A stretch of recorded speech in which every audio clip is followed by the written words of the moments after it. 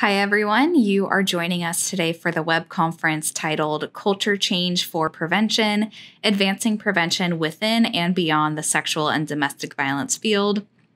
PreventConnect is a national project of the California Coalition Against Sexual Assault, sponsored by the U.S. Centers for Disease Control and Prevention.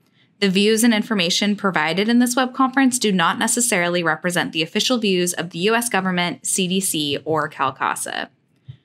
On today's web conference, you're joined by the PreventConnect team. We have Ashley Klein-Jimenez and Tori Vandelin joining you all, and we'll let the folks from Prevention Institute introduce themselves.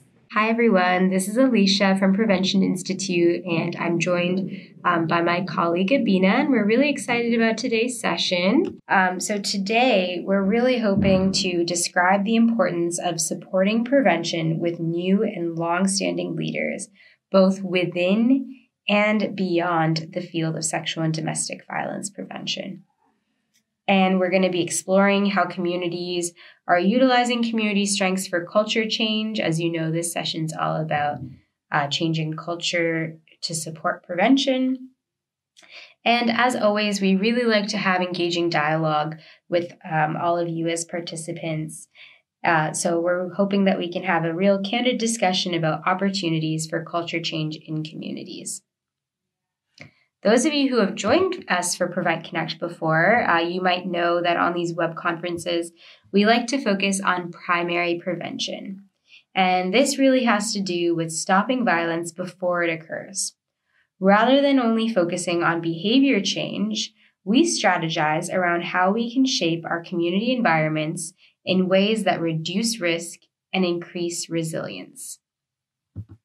At my organization, Prevention Institute, we use something called Thrive, and this stands for Tool for Health in Vulnerable Environments. And we use this to describe what we need to change to support health and safety. And you can see here on the slide, we've grouped Thrive into 3 clusters: people, place, and opportunity. This can apply to a range of different health issues, but really does work when we talk about sexual and domestic violence prevention. So when we do talk about what we need to change, especially for sexual and domestic violence prevention, we begin by thinking about our sociocultural environment. And this environment is very tied to culture and is specifically called out under norms and culture, under people. We also see culture shown in place as well through arts and cultural expression. Changing things like culture isn't easy, and it isn't something that one organization or sector can do alone. Culture is embedded everywhere and through different aspects of our community environments. So this raises the question of who can we work with for culture change, or who should we partner with? And we really need to partner with leaders who are embedded in the culture. The Blue Shield of California Foundation is exploring this very question through its 2-part approach to domestic violence prevention. One cohort, facilitated by Prevention Institute, is called Safety Through Connection. And this cohort is supporting prevention, starting with leaders beyond the field who have found domestic violence to be arising in their communities and want to do something about it. And these are well-established collaboratives. The other Blue Shield cohort is supporting prevention, starting with leaders within the domestic violence field. Today, we have representatives from each of the 2 cohorts, which I'm really excited about because I've been able to work closely with our guests today, and it's great to be able to elevate some of the work that's happening here in California and really share about it. Supporting safe relationships, mental well-being, economic security, etc., are many goals that communities face. But often these connections go unnoticed. So through the 2 cohorts that we've been working with and in thinking about preventing domestic violence through a multi-sector approach, there's been some common themes that have been coming up. The first one is that both cohorts are really thinking about how to prevent domestic violence. And they're getting at this by really addressing the root drivers of violence. Collaboration is a big part of this work, and thinking about the roles of different players in different sectors and community members, and really about how can we change our culture to make domestic violence a community issue and something that we talk about as a community and want to solve together as a community, not just seeing it as a private issue. And through this work, both cohorts are aspiring for systems and cultural change and focused on that as a long-term goal. And if you want to learn more about the two cohorts and about this strategy that's being funded by the Blue Shield of California Foundation, you can check out this blog post that's posted on the slide right now, and that we have a link for as well.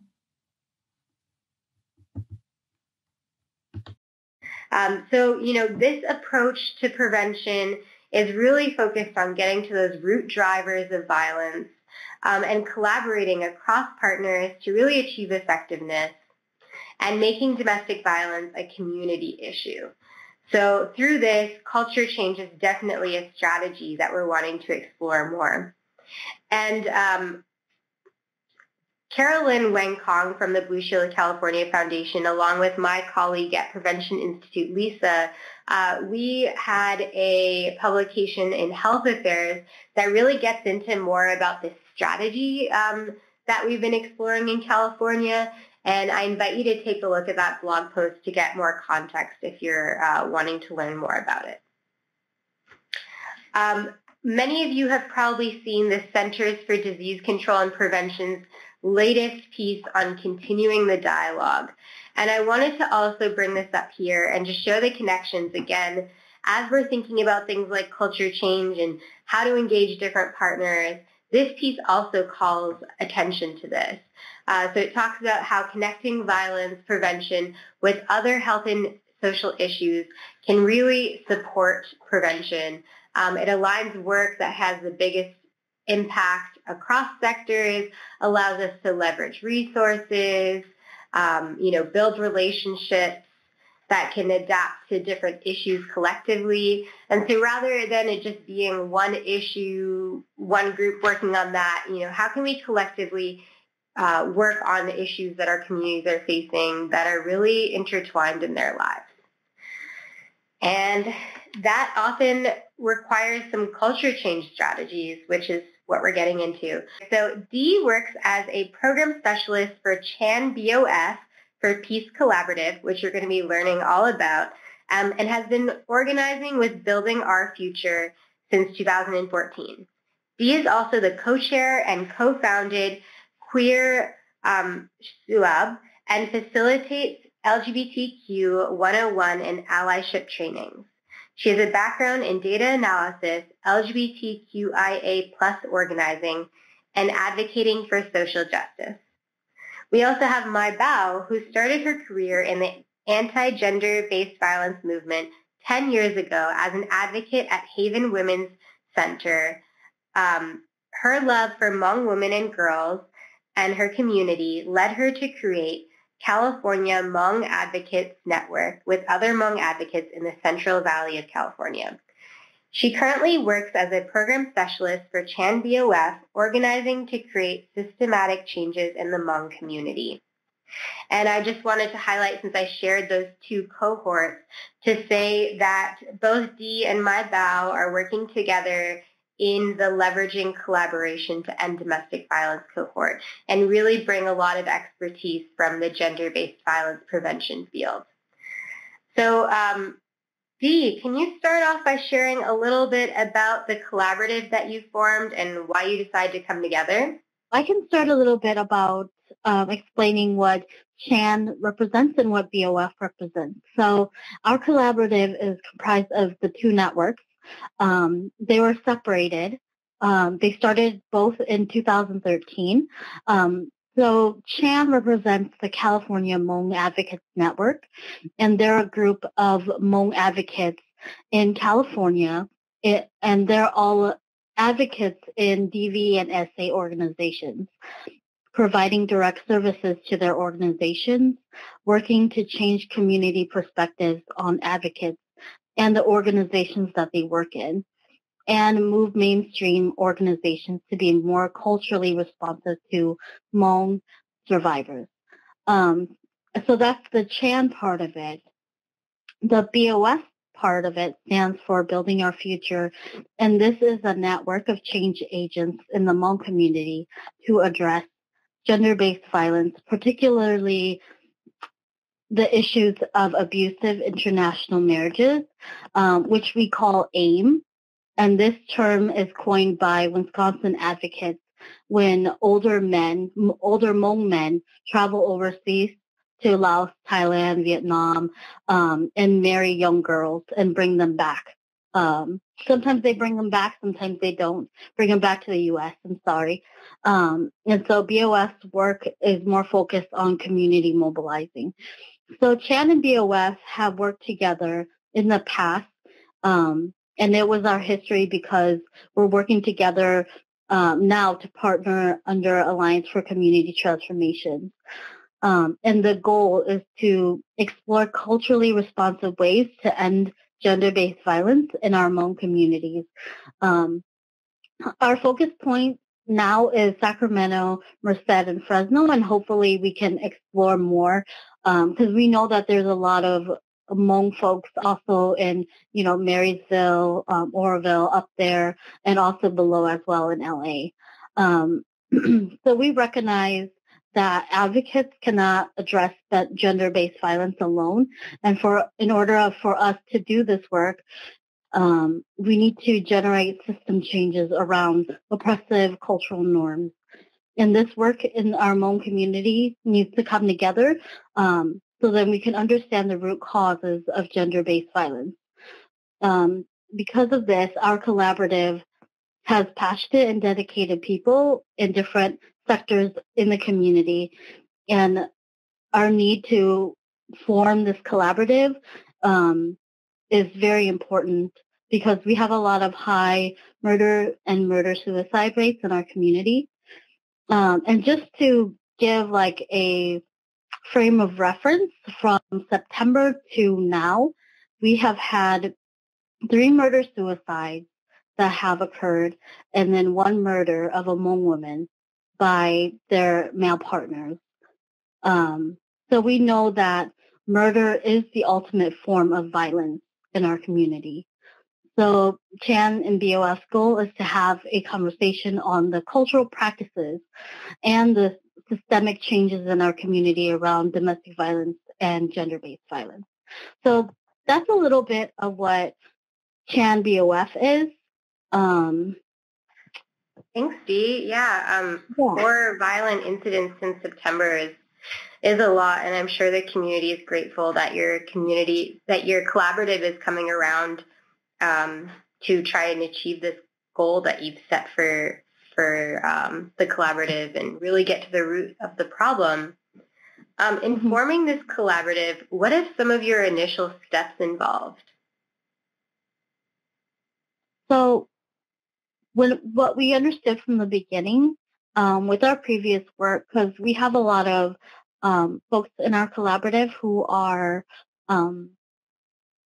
DV survivors, but also advocates. And so we need to build a base of community members in community-based organizations for us to be able to move the community. So right now we don't have a formal process or a structure that we follow. It's more of doing what feels right and what will work for the community. So that our work enables and flows because we're responding to the needs and ideas of our partners, our community, and the work that it invokes. So what's the most important thing right now that we're building is relationship and trust. And we can't move towards change if we don't have these deep relationships with our partners and the community, because it's great work, but at the same time, DV in our community is a very sensitive and controversial subject. The community would not take it well. So we have to establish the rapport and really dig in deep with the root causes and the risk factors in changing our cultural norms. So we started with 10 we started with we grew from 10 people to 30 people. And that's our partnership right now. We're meeting every month and every other month, depending on the capacity of the region.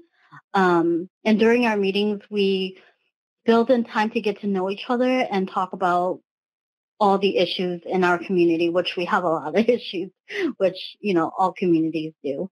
And during the phase of our work, we are onboarding people and building our collaborative. We're building a shared language and understanding the framework of gender-based violence so that everyone is aware of the position that we stand on the subject. And we want to make sure our collaborative respects and values whole persons. We're survivor-centered. We want to assume best intentions and share decision-making. So that's our collaborative. Thanks, Dee. That's helpful to get that context, and I like how you're being responsive to the community and doing what feels right.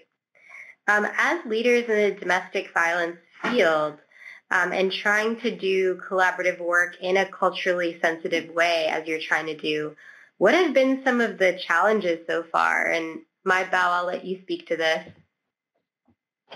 Yeah, so we actually have a lot of challenges. And the first one and the biggest challenge is that people tend to not want to talk about domestic violence.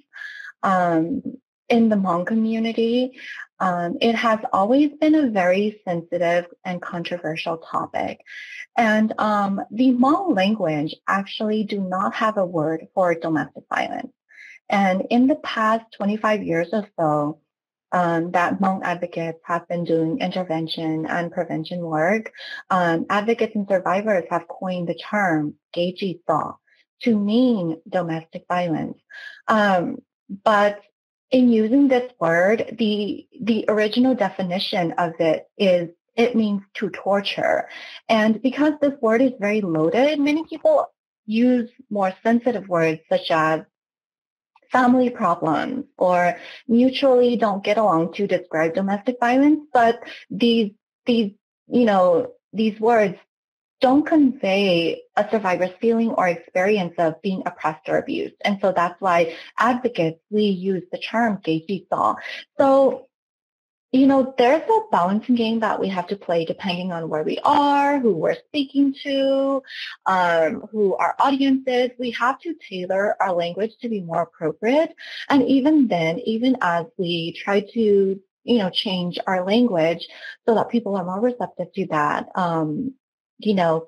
there are many people who are still not open to talking about domestic violence. And because they don't want to talk about domestic violence, then we can't talk about the root causes of domestic violence. Another challenge is the commitment or capacity of individuals and organizations to be part of this movement in California.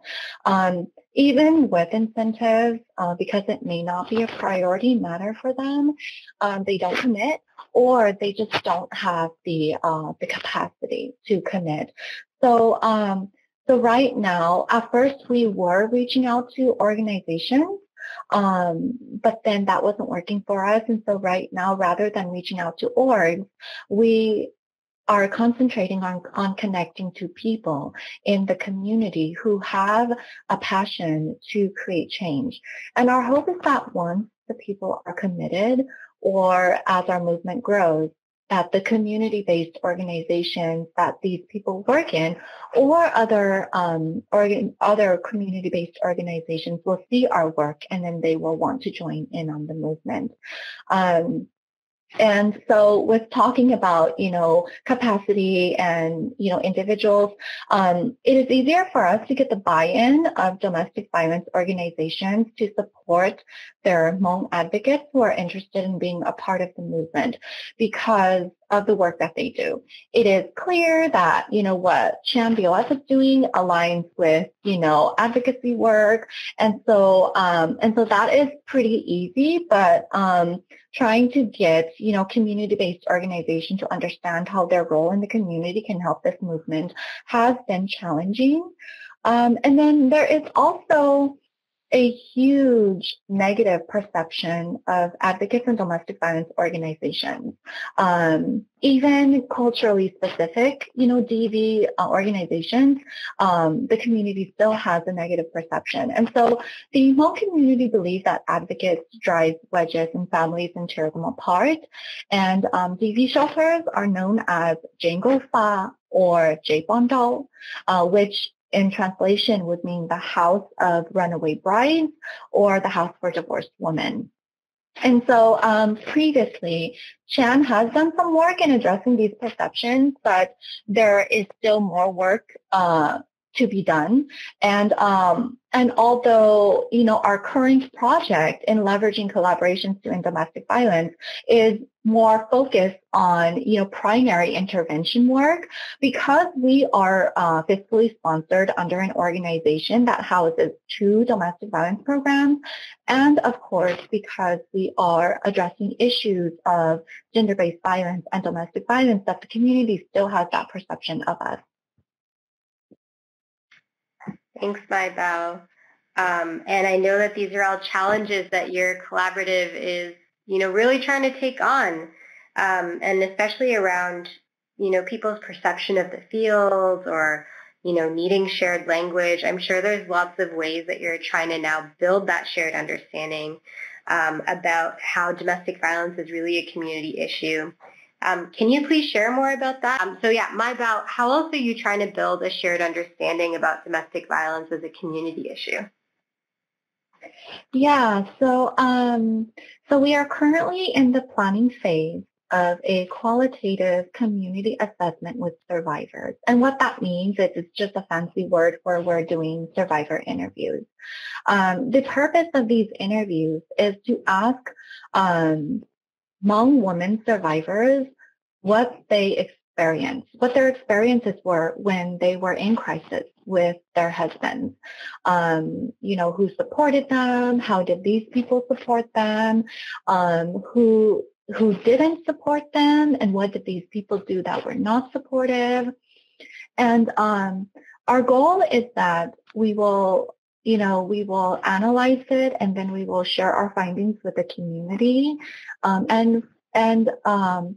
Right now, we don't know how we are going to deliver our analysis to the community, whether it will be, roundtable discussion or community forums. And so what we want to do is to uplift what was helpful to survivors and also discuss what was not helpful and how we can change our cultural norms or practices that have not been helpful to survivors.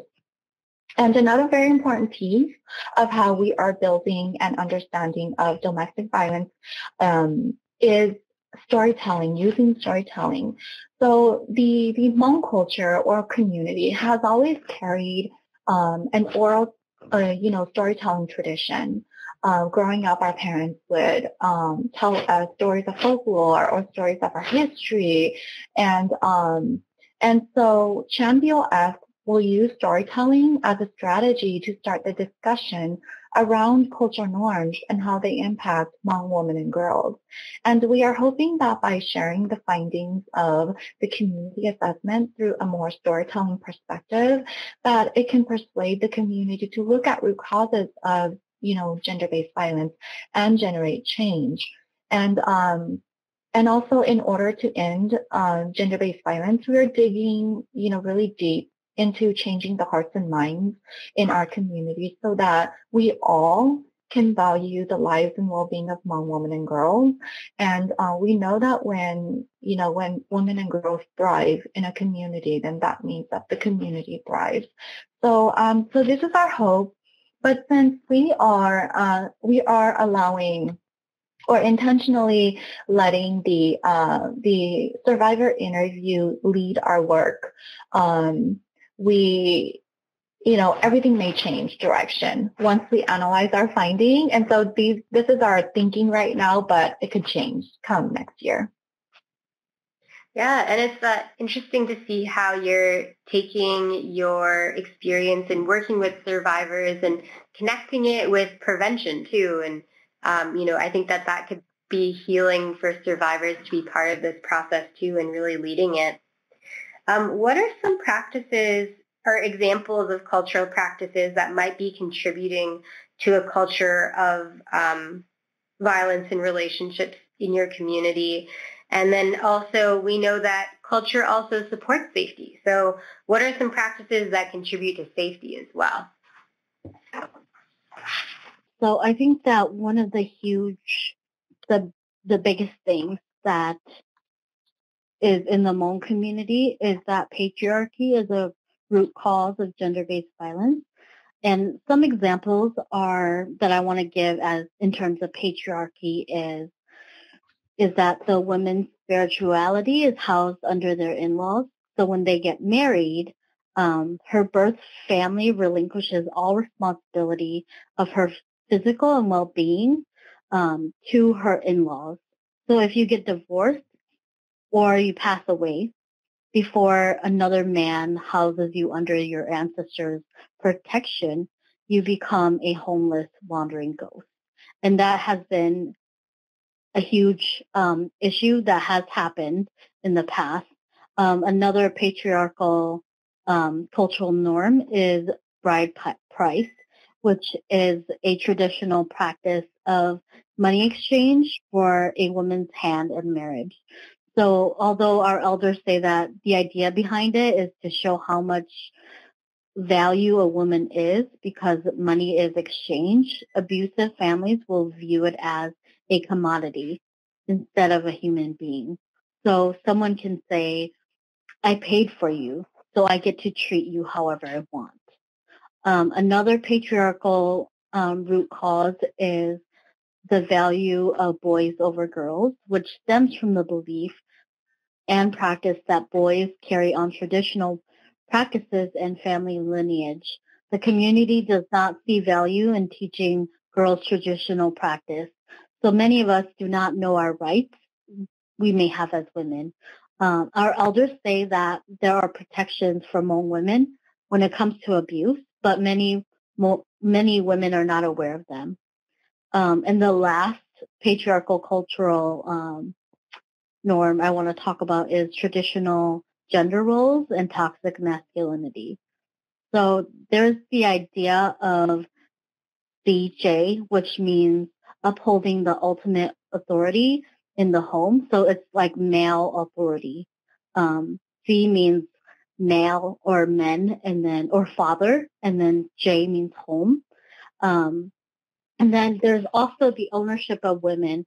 So husbands owning their wives, brothers having an authority over their sisters, especially when their father has passed away, and sons' ownership of widowed moms. So if the husband has or the father had passed away, the son steps up. And then another cultural norm we also want to address is the idea of 我贤得, which means like be patient. So that's when a DV victim seeks help from their clan or elders for support. And most of the time, she is told to be patient and return home. And so when we talk about cultural norms, it's very important that we acknowledge the importance of our culture in our community and that we're not against the community or cultural practices, but rather the oppressive cultural practices. Hmong families differ from one another in their perspectives and our perspectives as well. So how we practice our culture, it may seem like we're generalizing, but we just want to paint a picture of how domestic violence shows up in our community. Yeah, I think having those examples is really helpful to depict how these harmful gender norms play out, and then also recognizing that, you're not against the culture or the community, and there's also positive aspects of it too, but how can we really change those oppressive cultural practices? So I know that you're in the early stages of the work that you're doing with your collaborative, but what are some of your ideas of how to change these deep-rooted cultural norms in the community that are oppressive? Yeah, so our first step in changing these norms is to educate people on what gender-based violence is, especially from a survivor's perspective, and uplift their voices. Because many times as advocates, we use an advocate's voice to speak with the community. And so this time around, we are going to uplift the voices of survivors.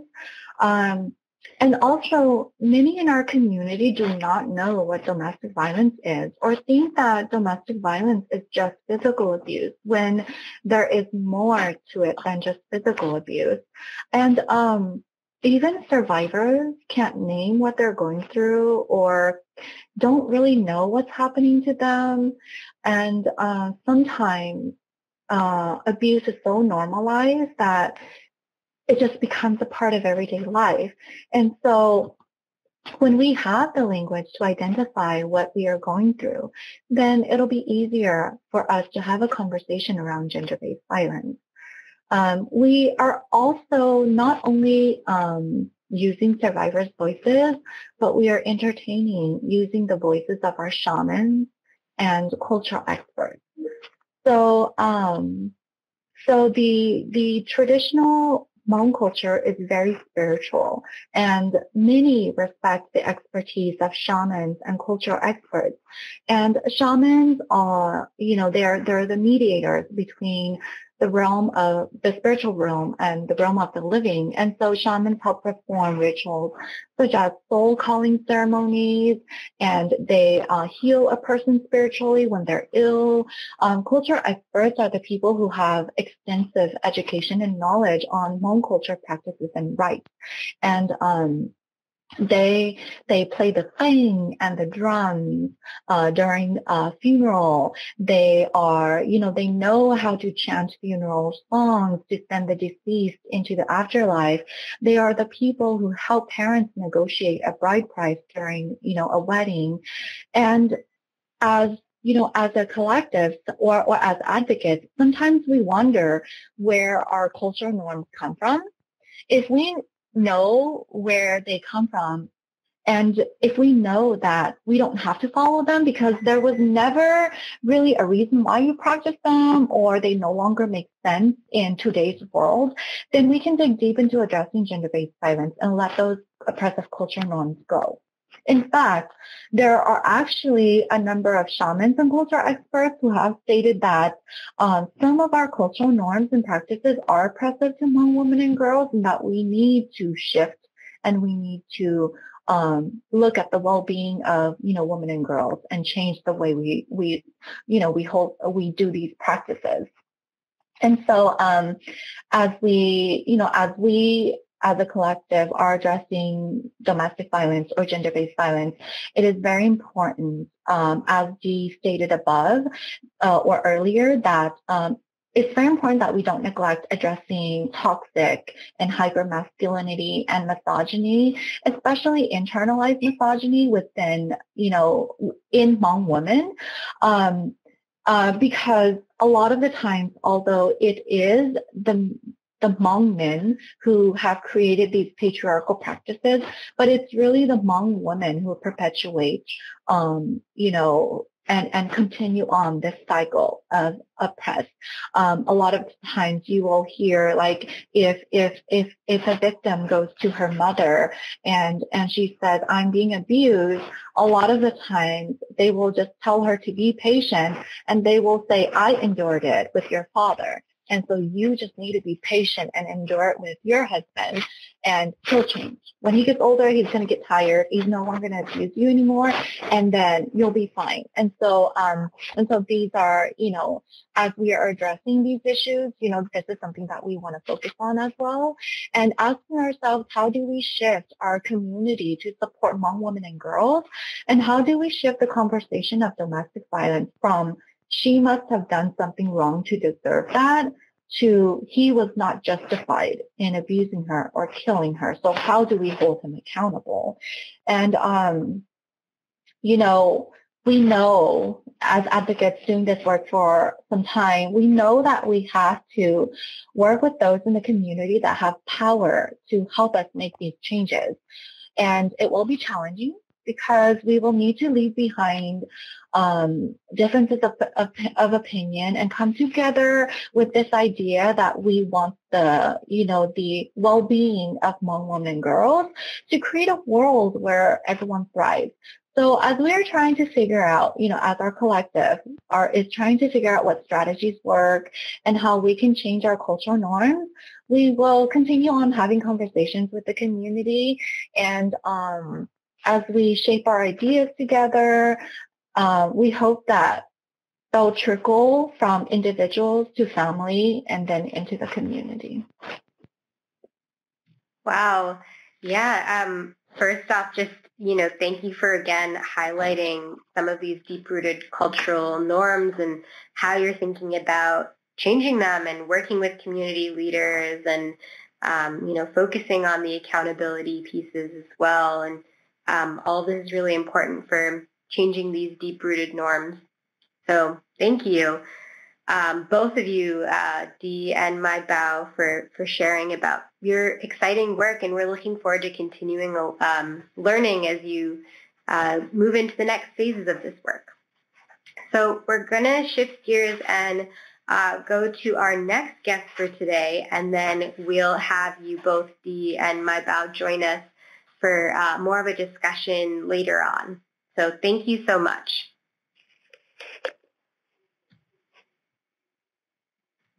So our next guest today is Veva Islas, who is the founder and director of Cultiva la Salud. Veva is a child of Mexican immigrants and farm laborers. She is the first in her family to graduate from a university.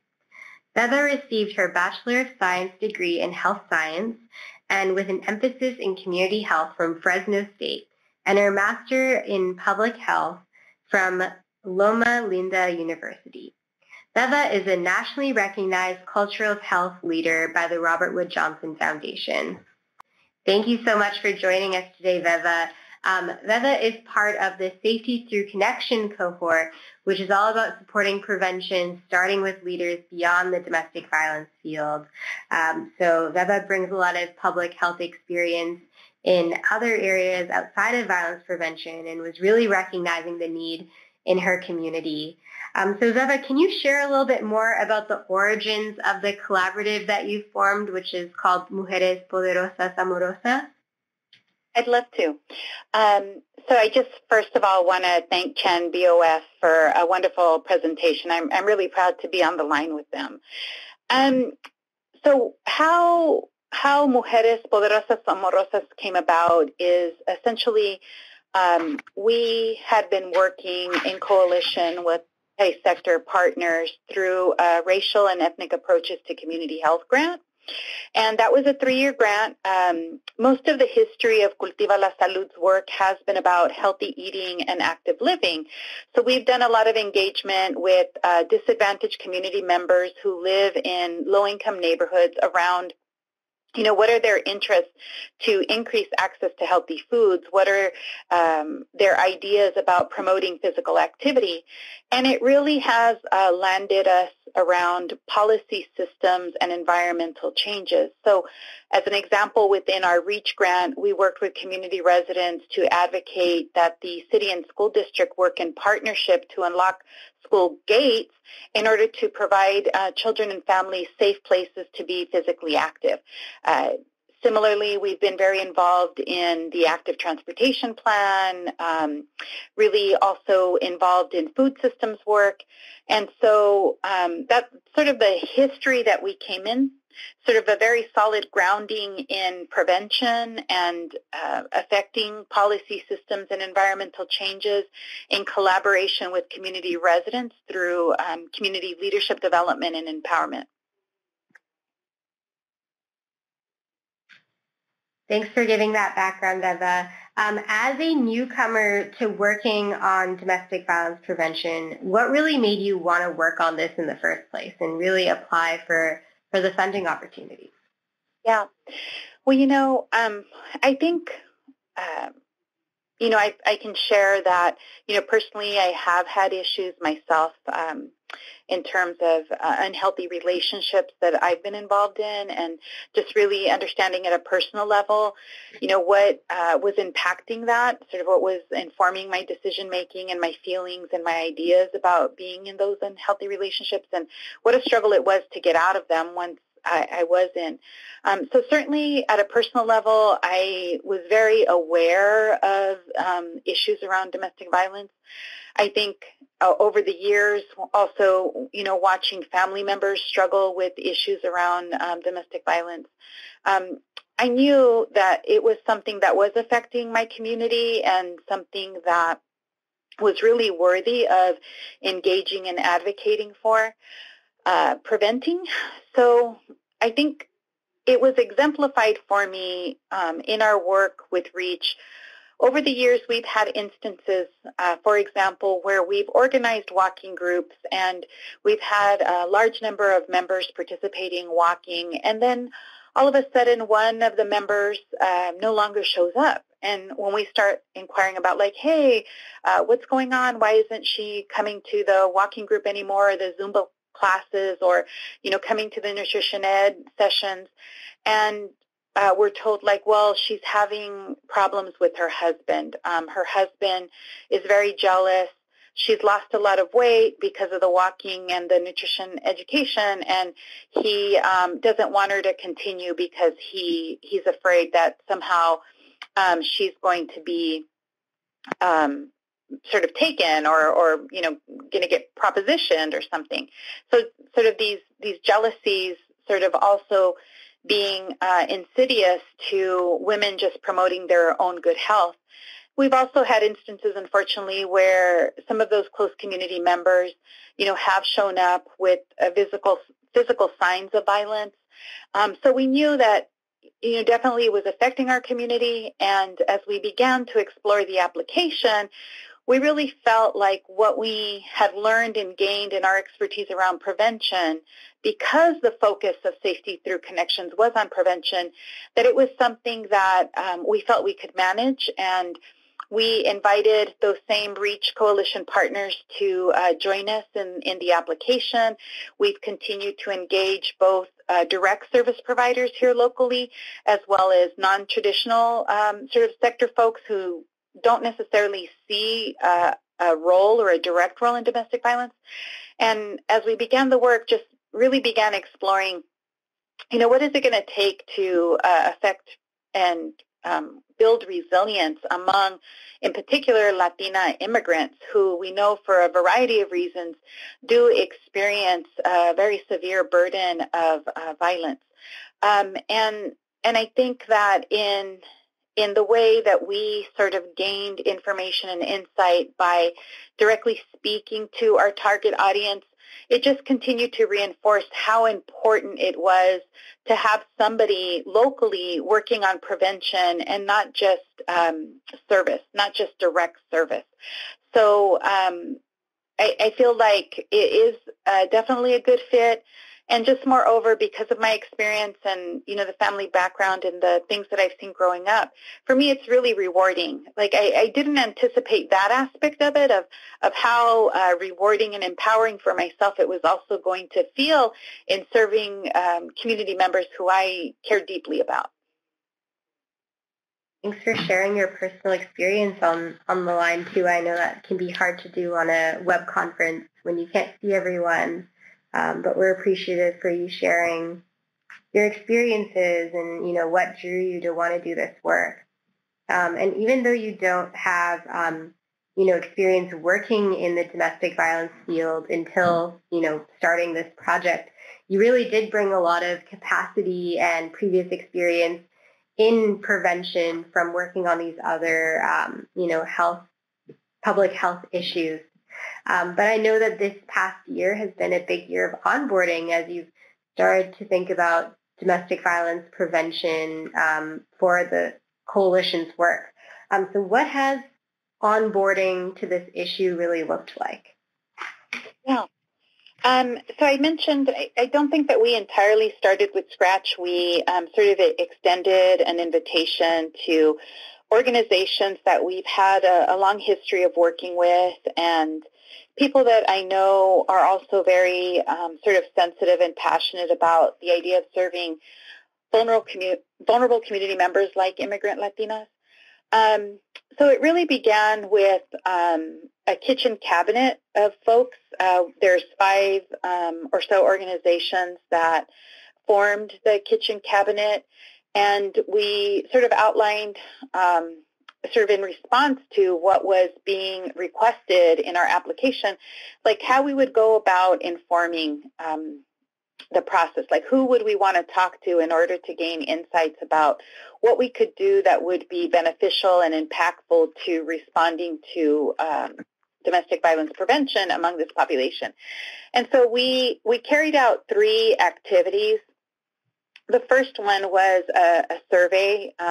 It's a survey, actually, thankful to you all, Alicia, that you provided that really was exploring about risk factors in community that promote violence or allow violence, and then those risk factors that build resilience to violence. And so that survey we converted into a Survey Monkey, and we sent to the broad sort of stakeholders, organizational folks that we were in contact with here in Fresno County. Our interest was, again, to explore what we could do around domestic violence prevention for Latina immigrants living in Fresno County. So we knew that we wanted to engage urban sort of organizations working here in Fresno as well as rural groups. And so we got some of those surveys. That was one of the first sort of points of information. We also elected to conduct some what we call pláticas, which are it's a Spanish word for discussions, but we wanted to host focus groups with Latina immigrants, and we really wanted those focus groups to be reflective of the diversity that is within the Latina immigrant population. So we had focus groups that were with younger Latinas. These were Latinas under the age of 30. We had some pláticas that were with Latinas over the age of 30. We had pláticas that were in urban settings like here in Fresno and in rural settings. We organized pláticas in an indigenous language. So we had 2 pláticas with Latina indigenous community members, and we did that with Centro Binacional here in Fresno. And so one was, they were both indigenous Latina immigrants, but one of them was in Mixteco, the Mixteco language, and the other was in Spanish. We also worked to try to conduct a focus group with LGBTQ identifying Latina immigrants. We didn't get as many participants in that focus group, so we actually decided to include them in some key informant interviews. And that was really the third prong of getting information back. So we wanted to focus on key informants that were within sectors that we knew had an important role to play in violence prevention. So, for example, we did some key informant interviews with contexts within the housing sector, key informant interviews with, as I mentioned, the LGBTQ identifying Latina immigrants, education experts, business development experts. We had some key informant interviews with local elected officials, law enforcement, immigration and naturalization advocates. So it was really a diverse grouping. And those 3 sort of sources of information we sort of sat with and digested and shared back with our group of broad stakeholders, so the kitchen cabinet, so to speak, the intimate sort of advising or organization that we had, and then the much broader stakeholders within Fresno County. And we shared back the findings, and we allowed for an opportunity also for those broader stakeholders to help inform what would be prioritized. We did group our interventions within 3 domains. Those domains were people, place, and equitable opportunity.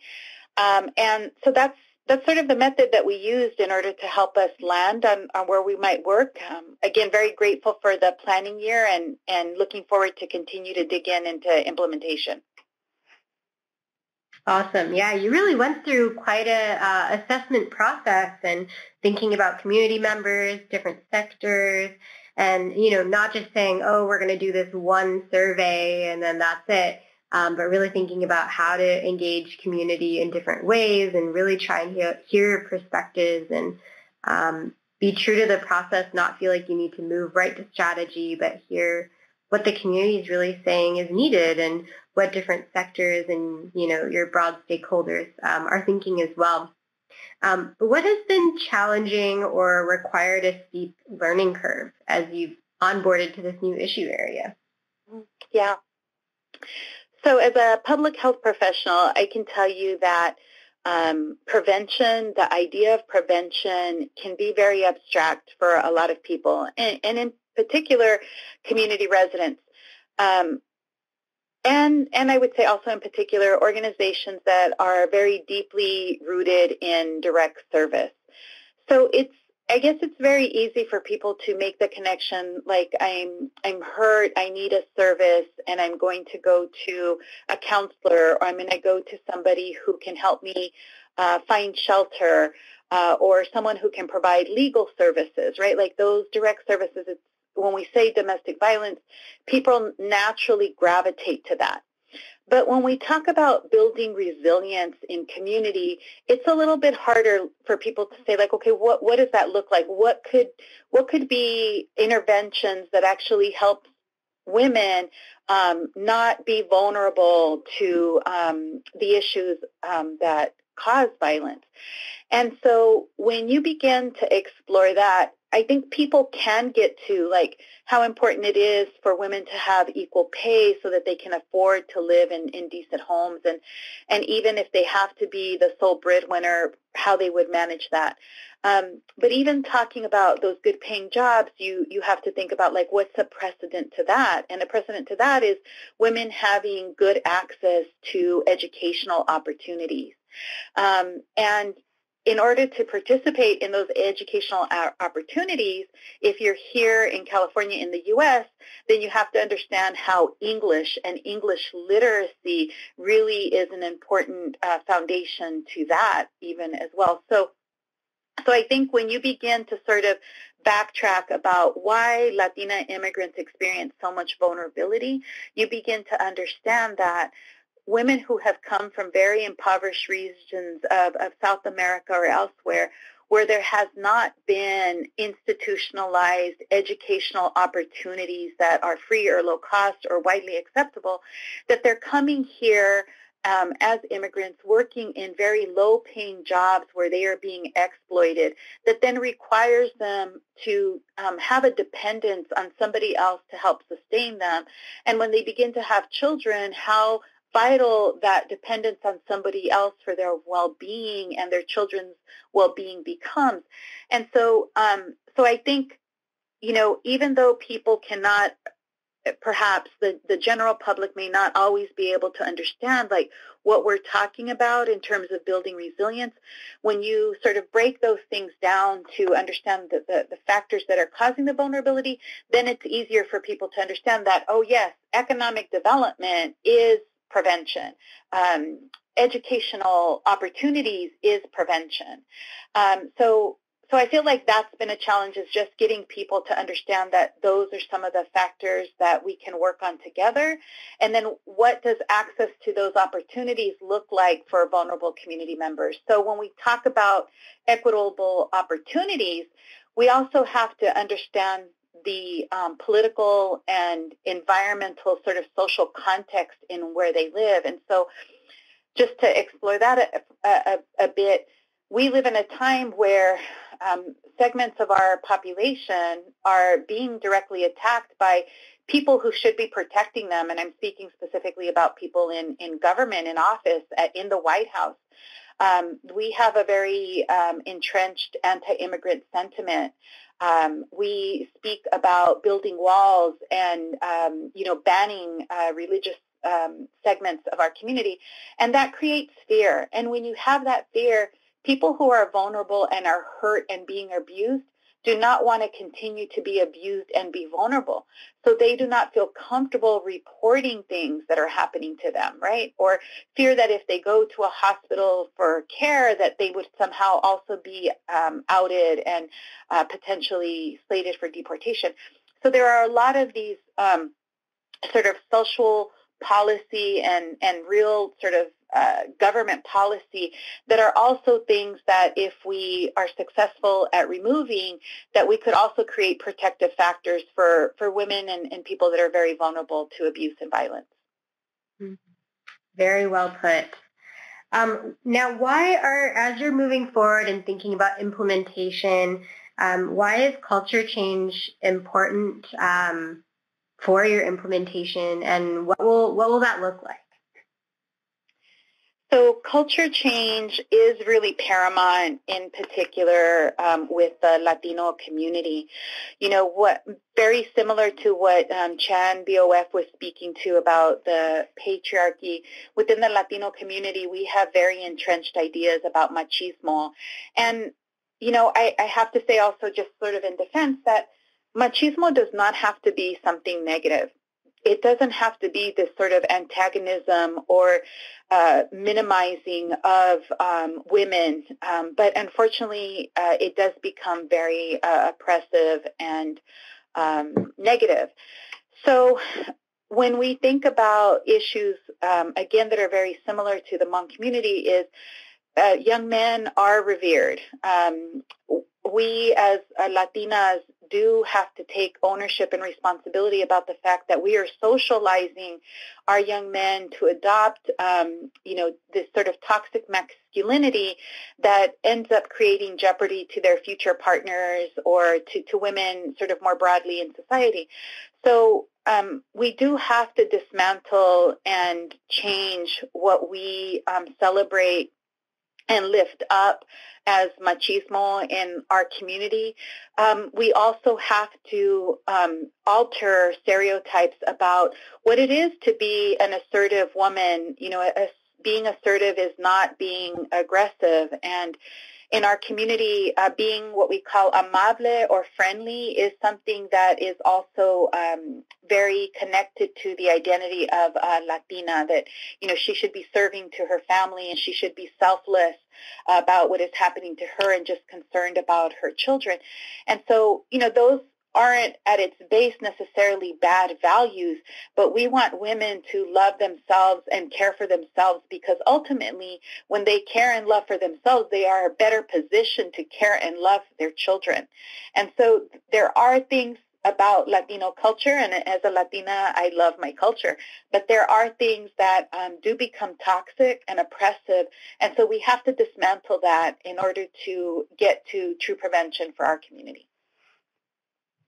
Thank you, Veva. And I really like the pieces that you've talked about in some of our conversations before about how in working with mothers and grandmothers, thinking about the sons that they're raising and their daughters and all genders that they're raising, and thinking about, how to set good social norms intergenerationally too. That's what's been really fascinating to me. So Veva, why does culture change work require partnerships from other fields? And what value does the field of sexual and domestic violence bring to the table? Yeah, it's a really, really good question. I think the truth is that when we think about any ethnic group,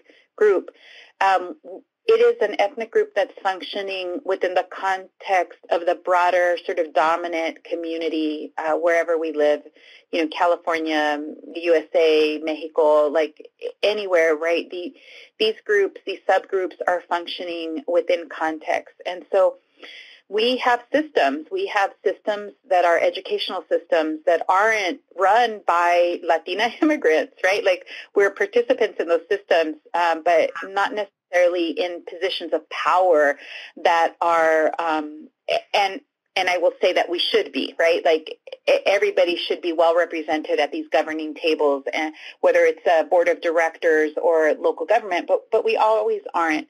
And so we do need to have these broader coalitions in order to help them understand how their systems either are working to create advantage or directly working to create disadvantage within groups.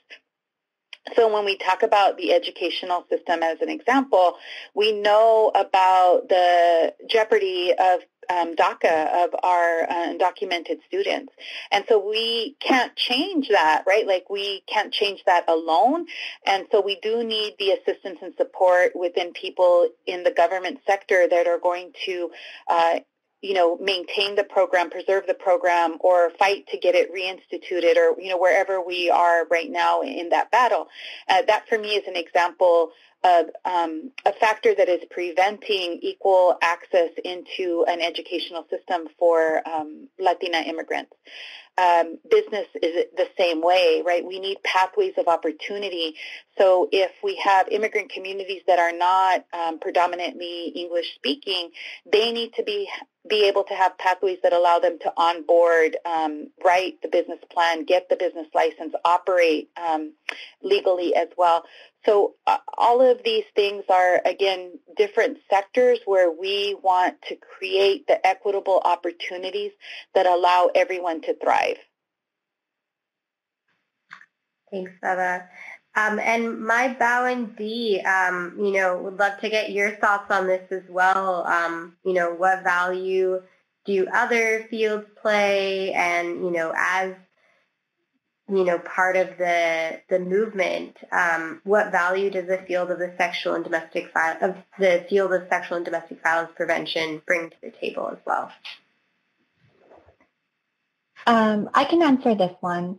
So for me, what I think the DV and the domestic violence and sexual violence field brings is the expertise of working directly with clients on their trauma, our knowledge of, DV and SA, our knowledge of victim rights laws, how to advocate for survivors, listen and validate, all of the things that make us good advocates. That's what we can, bring to the table. And also, if an advocate is from an ethnic community, then that advocate brings the knowledge of their community to support the broader, domestic violence and sexual violence movement. And this is something very important that an organization cannot ignore. And I know that, sometimes organizations don't want to tokenize their advocates. And so there's like this fine line or this balancing act that they have to play if an advocate is someone from like an ethnic community. But I think it's very important to uplift the expertise and leadership and knowledge of someone who is from a community, especially when, an organization has a big population of that in their, in the county or in the community that they're providing services for. So I think that, so I think that's very important. And also something very important is that the importance of, including partnerships from other fields. I have been in the DV movement for 10 years. And I've observed how hard it is or how difficult and challenging it is for DV organizations to stop working in silos and to really build strong relationships with others who are trying to end domestic violence from their sector. We advocates can't do this alone, and we need the support of those working at the intersections of gender-based violence. For example, Veva was talking about it earlier. We need those in housing, those in healthcare, those in mental health, in community-based organizations. Those are doing providing economic opportunities and justice for for survivors. So we really need a partnership of everyone in the community to really, in a sense, like if our end goal is to end gender-based violence, right? To end gender-based violence, because we can, advocates can provide the intervention piece and some of the prevention piece, but then if we are missing literacy, if we are missing housing, if we are missing economic justice for our survivors, if we are missing those pieces, then we really can't do, we really can't help women and girls thrive. I completely agree. Thanks, MaiBao. So to end this off for today, we like to have our guests share some key takeaways and tips, and what do we want everyone to take away from today's web conference? So Veva, I'll let you start. I guess my takeaway is that we can't build resilience for any single woman without us collectively working together. And, I'm very proud of the very ethnic-specific work that we're doing, because there are really deep-seated vulnerabilities. I'm very proud, again, of CHAN-BOF for their, wonderful efforts. But it's going to take all of us, from wherever you are listening to this session, to just have a deep commitment to wanting to, create a better world. And I know PreventConnect talked about, sort of violence across the lifetime. Like, I agree, right? Like, it takes all of us working at some component to change that. And it can be, something as simple as rejecting a stereotype, to actually, working on a campaign to pass fair housing, or to pass, equity within our schools. So I would just say that no effort is too small, and that we really can make a difference if we all work together. It's a great message, and I like how you're making it feel very doable. MaiBao and Dee, what would you like to share as we end off our session? Yeah, we have a couple tips, but, I do want to thank you all for being a part of the webinar and, inviting us into, inviting us, CHAN-BOF, to be a part of this. I can start off with the first tip I would say is for domestic violence organizations to do their work from a culturally informed, trauma-informed approach. And this does not mean to have a 1-hour training on an ethnic group and claim that they're now culturally competent. I think it requires the support of the whole organization for advocates to be constantly culturally aware and reframe how an advocate does their work with someone from a community of color. So that's one tip. Another very important tip, the second tip, is that the DV movement cannot do this work alone. We need advocates need the support of those working in the intersections of gender-based violence. So we need folks in housing, in healthcare, and in mental health, and in community-based organizations. So those are some that we've observed that it's so hard for DV organizations to stop working in the silos and build strong relationships with others who are trying to end domestic violence. Awesome.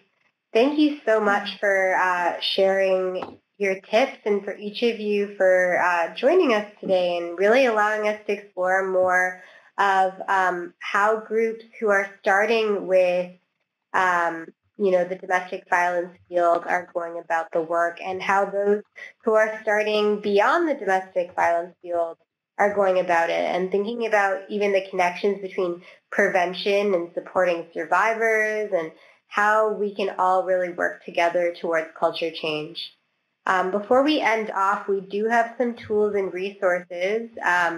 So on our slides, I mentioned the blog earlier on, the Health Affairs blog, which talks about this approach of within and beyond the field and, collaborative approaches to prevention that really get at some of those social or community determinants of health. So you can take a look at that if you'd like to learn more about the work that's happening in California. And there are more groups. It's not just CHAN-BOF and Mujeres Poderosas Amorosas. Each of them are actually part of a cohort. So there are other organizations that are taking these approaches. We also have a blog post that's talking about the Safety Through Connection work that's all about partnerships that start with beyond the field and really thinking about how they can bring their expertise from other areas, whether it's economic security or healthy, active environments and mental health. So if you want to learn more about that work, there are a couple of blogs that you can take a look at. CHAN-BOF also has a few resources. Dee or MaiBao, do you want to say anything about these links? Yeah, I can talk about these resources. So the Hmong Family Strengthening Helpline, it is, the phone number is right here. It is a toll-free number, 877-740 4292.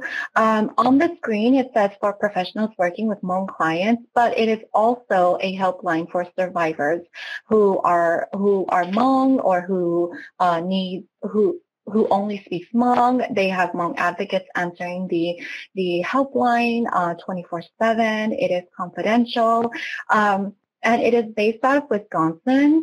However, advocates in the nation have built such a network that if someone from California calls this number, they are able to reach out to and find if there is an advocate in their local area and refer a survivor to that advocate. And so that's a resource just in case, you all who are in on this web conference are working with Hmong survivors and they really need to speak with someone and you don't have a Hmong advocate on staff.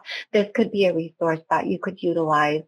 We also have a Facebook page, CHAN-BOF. The URL is right there.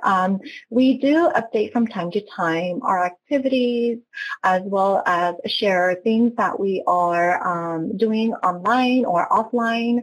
And so that's there for you all if you are interested in following us on our journey and our movement here in California. Building Our Future, our national movement, has a Facebook as well. The link is right there, Facebook/Build Our Future. This is, earlier Dee was talking about Building Our Future. This is actually a national movement in the States, and also it has become an international global movement with advocates and women and girls in Southeast Asia and China, and I think France and French Guyana. So if you are interested in all of the work that, Building Our Future have done since 2013, you can go on ahead and follow their Facebook page and, go through all of the events that they have. These are great resources. Thank you so much. So I think that's the end of our web conference. Thank you again to our guests for taking the time to really share about their work today. Ashley, are you still on the line? Do you want to close us out? Or? I am. Hello. I just want to, of course, thank our guests. That was an amazing conversation. And because of our technical issues, I've been emailing back and forth with a lot of participants who are listening in on the phone. And I think, thank you all for sticking it out with us and continuing to listen. I think a lot of people are really inspired by the conversation that's been had today. So thank you all so much. Glad that you were able to join in some capacity today. Adobe Connect is investigating whatever this issue seems to have been, so we'll keep you updated. But just thanks, as always, for participating, for joining us. Thank you, Prevention Institute team, and of course, to our guests, Dee, MaiBao, and Veva. We hope to see you all on a future PreventConnect web conference where we have less technical issues. But until then, I hope you all have a wonderful rest of your Thursday, and take care. This will conclude our session for today.